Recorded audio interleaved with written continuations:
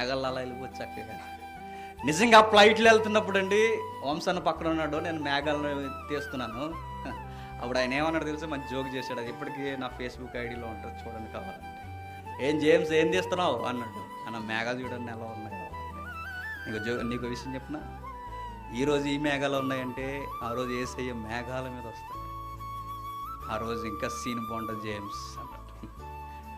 నిజంగా ఆ మేఘాలు ఎలా ఉంటాయో చెప్పనండి. నిజంగా మీరు చూడండి, పైకి వెళ్ళిపోయిన తర్వాత ఒక టాప్ లెవెల్కి మనం వెళ్ళిన తర్వాత ఏదో చిన్నపిల్లకి జుబ్బా వేస్తారు చూసారు, అలా జుబ్బా వేసినట్టు ఉంటాయండి ఈ భూమికి, అలా కప్పి ఈ భూమండలానికి. ఆ పైకి వెళ్ళిపోయిన తర్వాత మేఘాలు ఉండవు, అంత అలా కప్పు ఉంటాయి. పోనీ అవి ఏమన్నా గట్టిగా ఉంటాయా ఘనపదార్థాలు అంటే ఏముండవు. ఫ్లైట్ అందులోంచి అలా పైకి వెళ్ళిపోతుంది.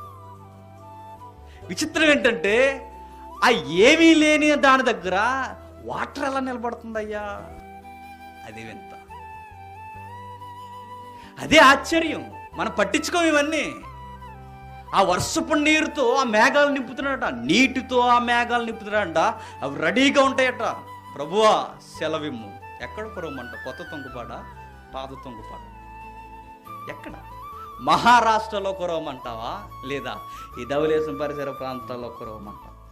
ఐఎమ్ ఎవరు రెడీ అంటే మేము రెడీగా ఉన్నాం, ఎక్కడ కురవమంటావు చెప్పని.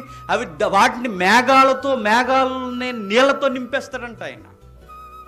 ఇది నింపాలంటే నాకు చుట్టూ ఇదిగో ఈ రౌండ్ సేపు ఉండాలి. గాల్లో నింపమండి దీన్ని, ఉంటుందా? అవును. కానీ దేవుడి చిత్రం ఏంటో తెలుసా, లీటరే కాదు మరి ట్యాంకులు ఉంటాయి ఒక మేఘంలో, తెలుసా? అలా వస్తుంది. జస్ట్ 5 minutes చాలు, ఇవన్నీ చూసారా పొంగి పొరలు బారేస్తుంటాయి. ఇవన్నీ ఎక్కడున్నదయ్యా అంటే అదిగా నల్లటి మేఘంలోనే ఉంది. విచిత్రం ఏంటి చెప్పనా? మనం విచిత్రమైన మాట అంటే ఏమంటామంటే పాడు వాన, ఎప్పుడు పడాలో తెలియదు దీనికి అంటాము. ఎందుకు? ఈవిడ ఒడియాలెట్టుకుంది మరి. ఇంకా విచిత్రం ఏంటో చెప్పనా, ఈవిడ బట్టలు ఉతికింది ఆ రోజే. అతను అప్పుడే కొత్త బండి కొన్నాడు, ఆ రోజు సర్వీసింగ్ చేసి వచ్చాడు, ఫస్ట్ సర్వీసింగ్. ఏమనంటావంటే పాడు వాన ఎప్పుడు కురవాలో తెలియదు. ఇప్పుడు నేను అడుగుతున్నా, దానికి ఎప్పుడు కురవాలో తెలియదు. నీకు తెలుసా? నీకు తెలియదు. పోనీ తెలుసు అని నువ్వు మీసం మెలేస్తే ఒక నీటి బొట్టును పుట్టించి చూద్దాం. నా వల్ల అవుతుంది. వాన ఎప్పుడు కురవాలో వానకు తెలుసు, దానికి చెప్పిన వాడు ఒకడు అన్నాడు. వాన పడుతున్నప్పుడట రచయిత అంటున్నాడు, దేవునికి స్తుతులు చెప్పవయ్యా.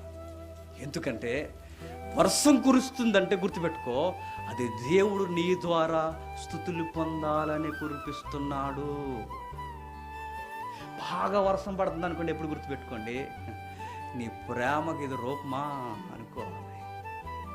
మనకు ఆయన ప్రేమ గుర్తురాదు, సాంగ్ గుర్తొస్తుంది. ఏం సాంగ్? నేను మారకముందు అన్నా, నేను నాలుగు గుర్తొచ్చానా, ఇప్పటివరకు పట్టించుకోలేదు నన్ను అంటాం. ఇంకా విచిత్రం ఏంటి చెప్పనా, ఇది యంగ్స్టర్స్ గుర్తొస్తుంది.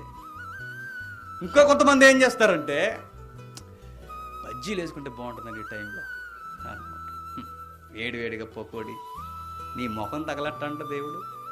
నా ప్రేమను గుర్తించాలని నేను ఇంత వండర్ చేస్తుంటే, నీ ఊహల కందంద నేను జరిగిస్తుంటే, దీని ఆశ్చర్యంతో చూసి దేవా నీకు స్తుతులయ్యా అని నీ నోటంట ఆయన వినాలనుకుంటుంటే, మన నోట ఆయన వినాలని ఆయన ఎక్స్పెక్ట్ చేస్తుంటే, మన నోటండి వచ్చే మాటలేంటి? పాటలు, బజ్జీలు, పొగోడి. ఏమనాలి దేవుడు? నువ్వు వేస్ట్, ఈ భూమి మీద నువ్వు ఉండి వేస్ట్.